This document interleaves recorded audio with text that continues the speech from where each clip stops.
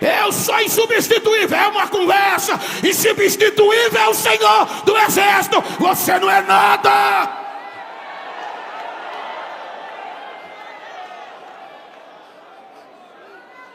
Se eu sair vai fazer falta. Faz. Mas Deus ficando, meu filho, acabou. Pode sair, mas Deus permanece. A coisa vai piorando. E eles vão se esquecendo de Deus. Acais negocia o melhor que tinha. Acais negocia o principado. Acais negocia a espada. Acais negocia o direito de principado de Davi, Omésio.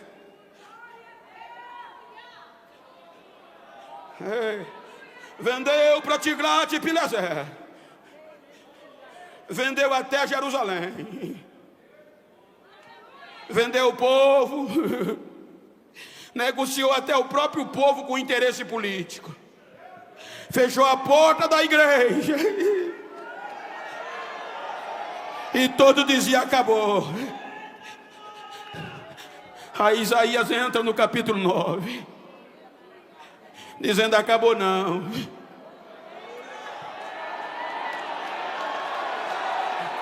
Um menino nos nasceu, um menino nos deu. O principado vai estar sobre os seus ombros. Ó Isaías, como vai ser o nome dele? Maravilhoso, Deus forte, Pai da eternidade e Príncipe da paz. Ele vai estabelecer o reinado para sempre. Ele vai ter a chave que vai fechar e ninguém vai mais abrir. Depois dele não haverá outro.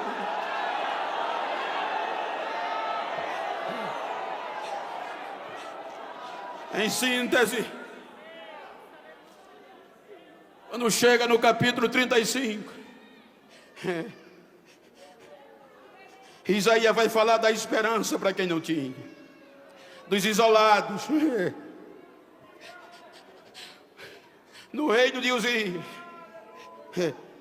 no reino de Jotão, no reino de Acais. Essas pessoas não tinham vez. Aí Isaías começa no capítulo 35 falando da grandeza do Messias. Eu acho lindo que no capítulo 35 ele começa a dizer: o deserto vai se encher de água e o ermo vai virar açude, porque o Senhor vem. Olha que coisa linda que Isaías diz. Dizei, Isaías diz: digam aqueles que querem desistir, digam os de mãos fracas que se esforcem, não desistam. Digam aquele que treme os joelhos, que tenha um ânimo, não desanime, porque o Senhor vem, e quando Ele vier, Ele vem com a vingança. Ou seja, quando Ele chegar, os cegos vão ver, o ouvido do surdo vai se destampar, o coxo vai saltar feito cervo, até o mundo vai cantar louvor de adoração, porque vai ter água no deserto, a terra seca vai se tornar em açude, o ermo, a terra sedenta vai se encher de água. Aí eu acho lindo isso aqui, ele diz: e aonde habitavam os chacais em tempos passados, eles vão quebrar a cara, porque vai ter relva de novo, vai crescer flores, vai ter alegria, vai ter esperança, vai nascer o junco e a erva vai brotar.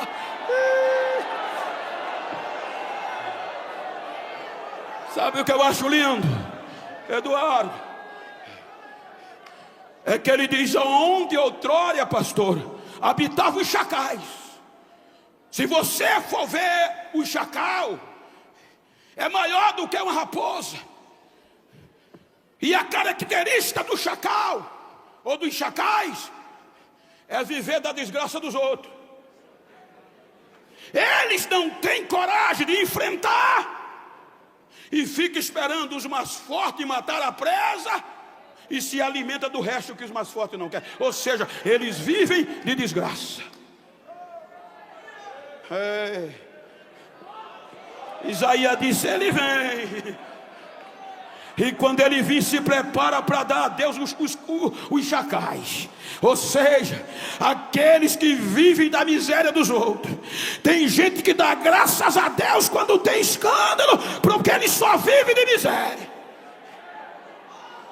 Se você puder, como disse Isaías, diga para o outro. Se você puder, diga para quem está ao teu lado: te prepara para dar a Deus o chacal.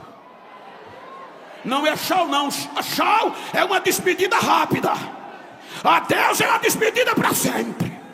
Então faz assim comigo e diga: adeus, chacal. Agora vai ter água, vai ter relva e vai florescer.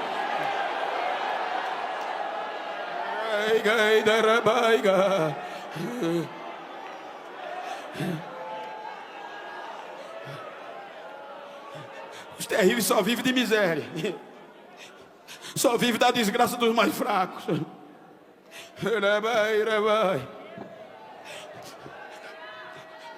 Mas aquele dia vem,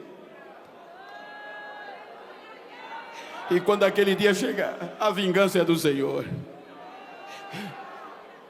Enquanto eu estava debruçado na Bíblia e orando, o Senhor falava o meu coração: brade naquele lugar.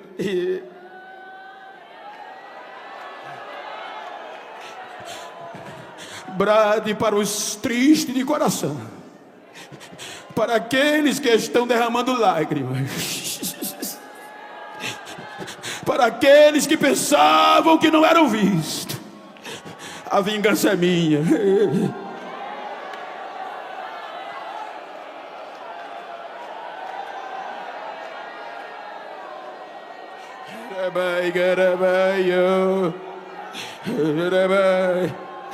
Dá um toque quem está ao teu lado, diga: se esforça, desanima não, aguenta mais um pouquinho de tempo.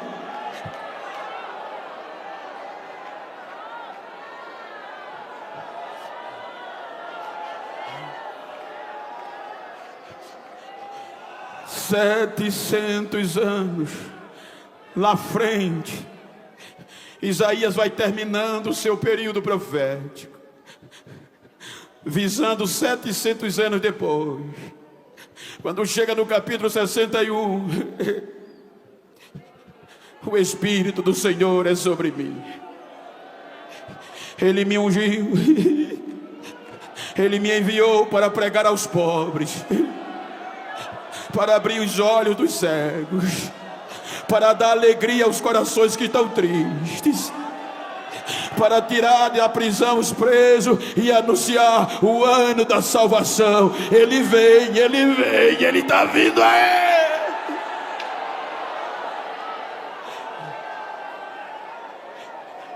700 anos depois se passaram.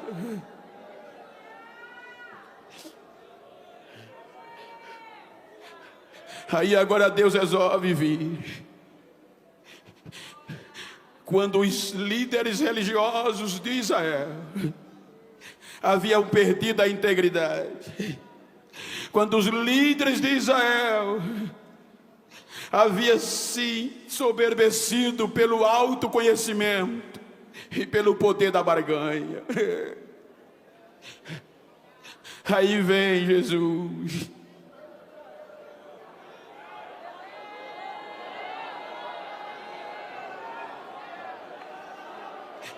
E nessa nova aliança, já estava em cruz o cego, já estava em cruz o aleijado, o coxo, o mudo. Olha para quem está ao teu lado e diz: eu também estava.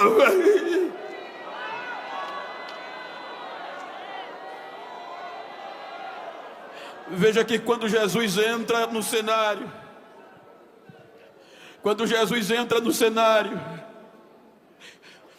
ele só é relatado 2 vezes, com 2 anos acerca de Herodes, com 12 anos acerca da sabatina e só vai aparecer com 29 anos depois.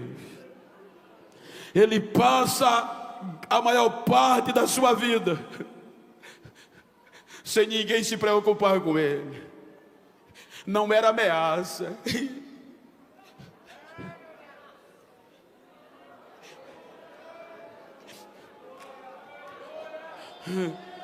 Quando os desfavorecidos não tinham vez, quando o analfabeto não tinha vez. Aí Lucas diz que ele com 29 anos é levado ao deserto, encara Satanás e vence. E quando ele volta cheio do Espírito de Deus. Lucas diz que agora ele vai para a região da Galileia, em Nazaré, aonde ele fora criado. Quando ele começa cheio do Espírito, aí Lucas diz que ele começa a ensinar nas sinagogas, na rua, e o povo aplaudia e gostava de ouvi-lo.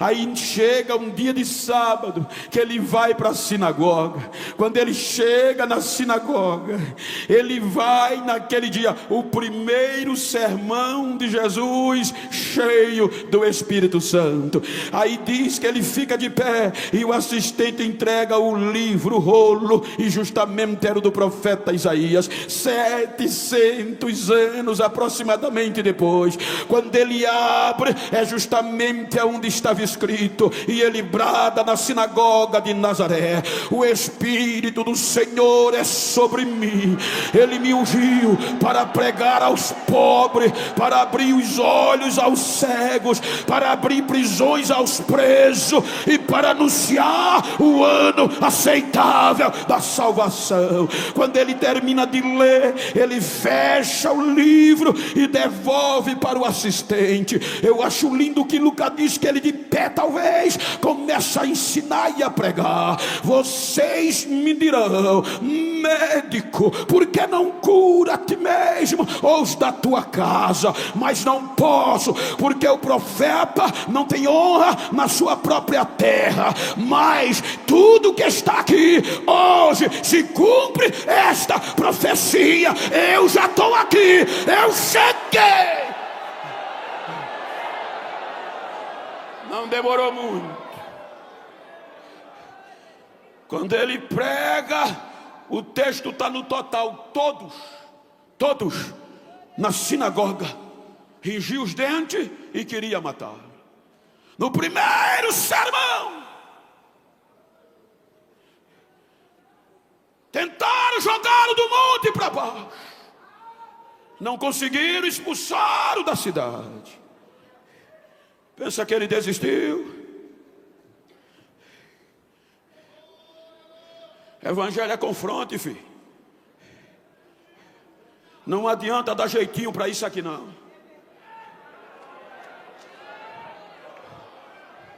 No dia que tiver tudo bem, no dia que a gente for aplaudido pelo Estado, tem alguma coisa errada. Porque o nosso confronto não é contra o homem. Então não adianta jeitinho. Veja que agora Jesus forma o seu grupo e vai divulgar esse confronto, caminhando com quem ninguém acreditava. E os legalistas, cheios de conhecimento, batia de frente com ele. Só onde os mestres de Israel passavam, o surdo continuava surdo, o mudo mudo, o coxo coxo. Aonde Jesus passava, com a ralé, o cego via, o aleijado curado. O que é que ele tem? São todos ignorantes. Pode olhar, eu vou ser grosso. 98% do povo que seguia Jesus era ralé. Quem olhava não acreditava. Aquele caba não era aleijado há dias passados, era. Ele está seguindo Jesus, o que é que houve? Aquela não era prostituta, era, mas está santa agora.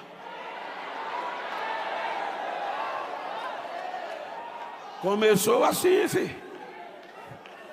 O evangelho transforma. Por conta disso, chegou o meu tempo. Por conta disso, levaram-o à cruz, dizendo: acaba com isso, acaba. Crucificaram. Olhe que em vida ele fez o quê? Abriu o olho do cego, levantou o paralítico, destampou o ouvido de mudo, de surdo. Agora, quando pensava que tinham matado, acabou. Eles eram acostumados a matar histórias. Eles eram acostumados a isolar quem eles não ia com a cara. Agora disseram: acabou. Aí Jesus vai lá embaixo e vai cumprir a última etapa: abrir as prisões aos presos, tirar o cativo e levar para ele. Aí ele lá embaixo pega o cativeiro no terceiro dia. Sabe o que eu achei lindo dias passados? Vocês também ouviram? É que agora no carnaval passado foi a bomba do momento, quando aquela escola de samba apresentou uma peça, Gaviões da Fiel, que o inferno e a morte venceu Jesus. Eu achei lindo quando a Globo entrevistou o personagem que simbolizava Jesus, todo sujo, arrebentado, cabelo assanhado, apanhou para danar e nem enfrentou a morte. E o diabo cantava a vitória. E a Globo perguntou, o organizador disse: alcançamos o nosso objetivo. Ficou na memória, a morte e o inferno venceu Jesus. Mas eu digo uma coisa a vocês: é fake news.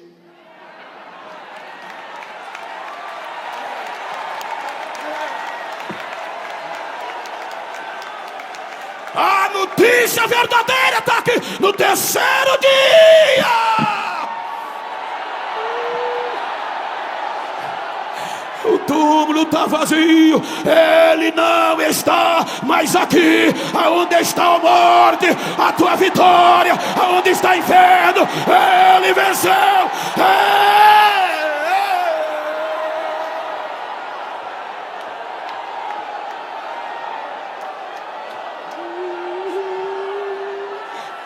Rabagaia, Shaya da Rabagaia.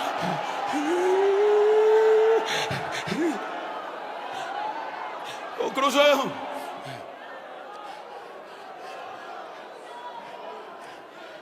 Morreu. Terceiro dia os soldados chegam para ele, assustados. O homem está vivo, mas não pode. Como pode? Uma glória desceu. A gente viu a pedra sendo revolvida. A gente, antes de desmaiar, ainda deu para ver ele saindo de dentro, cheio de glória, vivinho. Toma propina. Diz que ele está morto. E se o governador souber, a gente dá um jeitinho. E espalharam: Jesus continua morto. Era o que a notícia: Jesus continua morto. Foi os soldados que espalharam, foram eles. E os crentes, eu acho lindo aqui, eu já disse uma vez, e eu acho lindo. Sabe o que eu acho lindo? É que quando Jesus ressuscita, veja que os legalistas interpretaram errado a lei e esqueceram do amor. E não tem ninguém íntegro sem o amor, gente. Paulo disse: eu posso falar a língua dos anjos, mas se eu não tiver amor, eu sou só um sino que faz barulho e não tem mais nada. Aí agora Jesus ressuscita.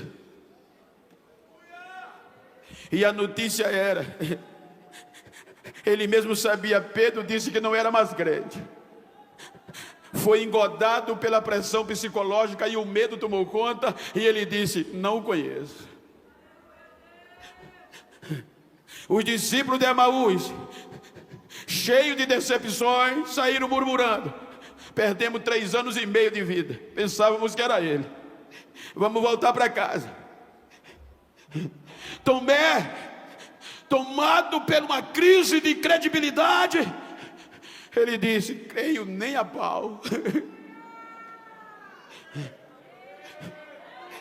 Ou seja, gente, o trabalho está voltado para a integridade. E muitas vezes a gente cresce tanto que deixa os outros para trás. Se fosse você, se fosse eu, talvez não fosse atrás de nenhum mais.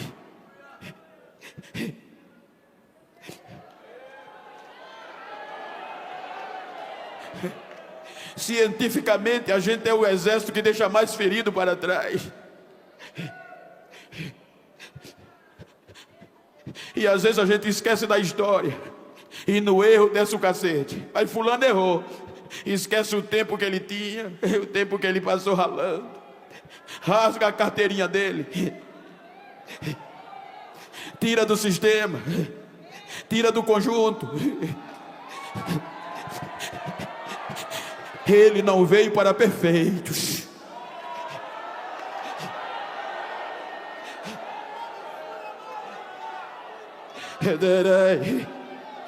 Exclui. É fácil. Para excluir não precisava gente, qualquer um exclui. E veja que Jesus vai atrás de um por um.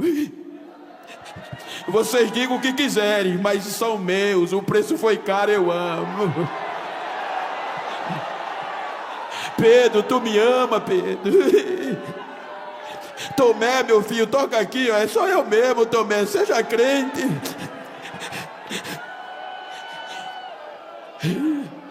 Pergunta para quem está ao teu lado, diz a ele: me faz um favor, mas fala com vida, diga: posso te fazer uma pergunta?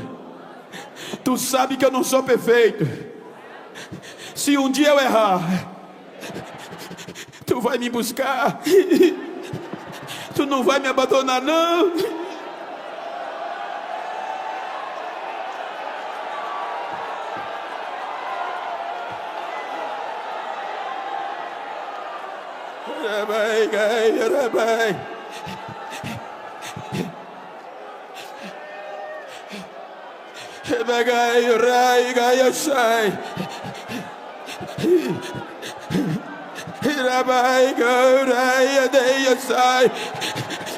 O Espírito Santo está me dizendo que está tendo renovo aqui.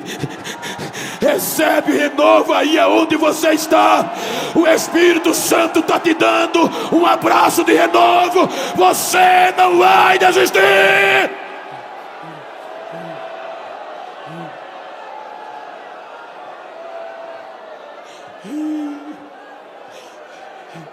Vai aos céus. E agora a ordem era: acabou, acabou. Perdemos a esperança. Quem foi curado foi, acabou.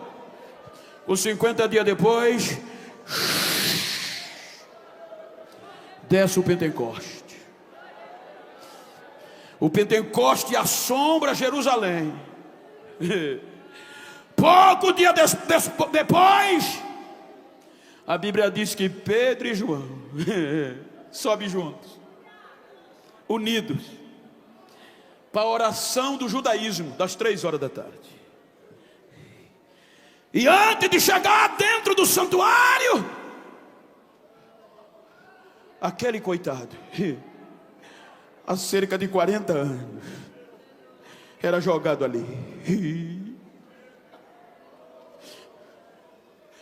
Quando Pedro vai chegando, que joga-o,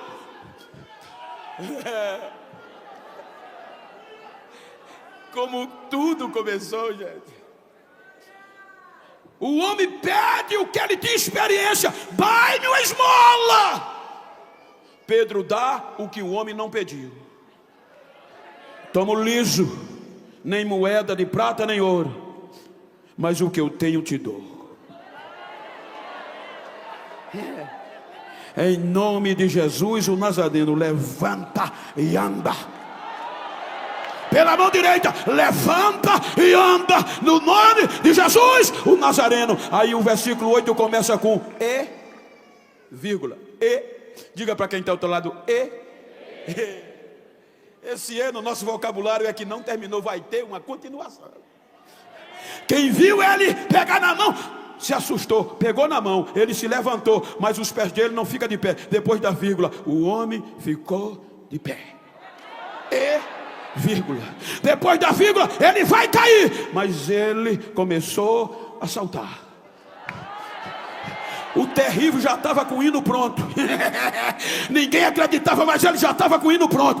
Quando ele agarrou em pé de João, ele olha para dentro. Não tinha direito de entrar, não tinha direito de culto, não tinha direito de louvar. A Bíblia diz que ele já abre a boca e começa a cantar. Não sei qual foi o hino, mas eu creio que ele começou a cantar. E na pausa ele dizia: agora ninguém vai impedir, agora ninguém vai me isolar. Eu entro. E todo mundo começou no meio da rua. Isso aqui foi no meio da rua. Hoje estamos querendo dar jeitinho para esse negócio aqui de Pentecoste Avivamento. Agora a onda é o coaching. Coaching é bonito. 37 anos da minha vida eu fui profissional, palestras, dei cursos, é importante demais, mas agora está vindo para a igreja. Eu estava esses dias na América e um pastor de 30 e poucos anos lá disse: Bento, diz ele, a igreja americana espiritualmente está morta, a única que sobrevive é a dos pretos, porque preservou o avivamento de William Seymour, ainda está viva. Agora o coste está vindo para as igrejas. Por quê? Não está tendo mais línguas estranhas, não está tendo mais milagre. Aí estão trazendo o que agora? Tem que pintar a igreja de preto, tem que botar luz neon, tem que sacudir fumaça, tem que deixar o pregador e o cantor cego.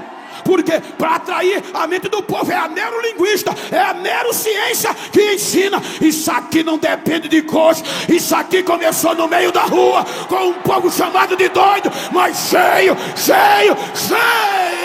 de Deus.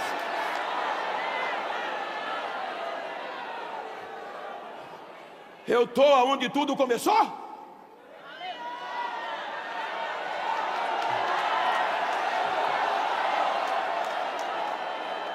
Eu estou aonde não precisava ninguém se apresentar, aonde não precisava de show, os nossos cultos sem ninguém importante. Jesus já começava a batizar na chegada, na porta a gente já era batizado, e quando saía carregado pelos braços, dizendo: Deus está aqui, não precisa jeitinho, é só o poder, é a nova aliança. Começou no meio da rua. Fique de pé, por favor.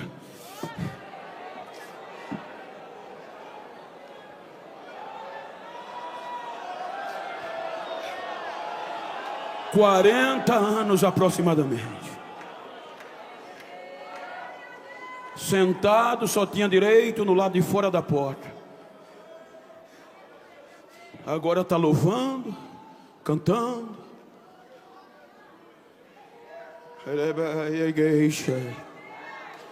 Se você puder olhar para quem está ao seu lado, diga: a partir de hoje não vai ter mais chacais. Ninguém vai me isolar.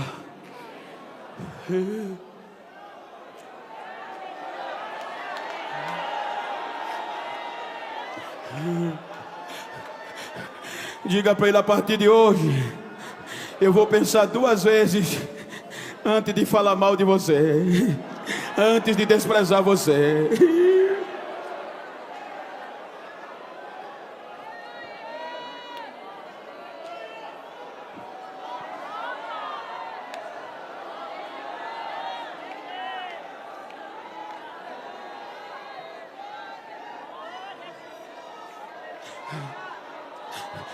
Ninguém consegue isolar a quem Deus chamou.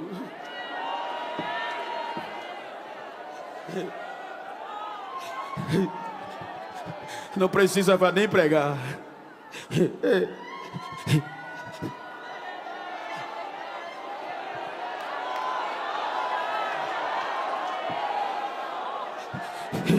Não tem um pastor nem parente no ministério. Fui o primeiro da minha casa. Tentaram me isolar. O meu pastor saudosa memória disse: foi Deus que mandou. Ninguém vai isolar o nego, não. Pastor, vamos parar o Bento, ele está crescendo. Enquanto eu estiver aqui, ele vai crescer mais, porque foi Deus que mandou.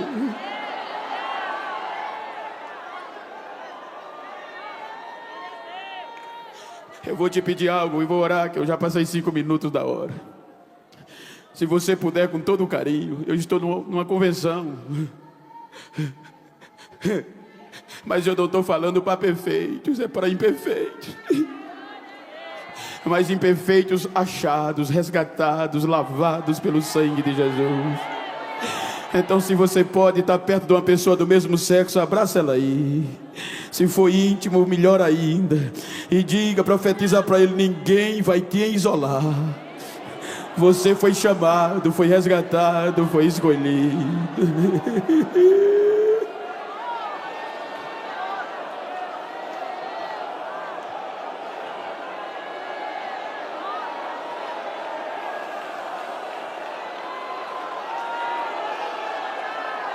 Adeus, chacais. Chacal, adeus!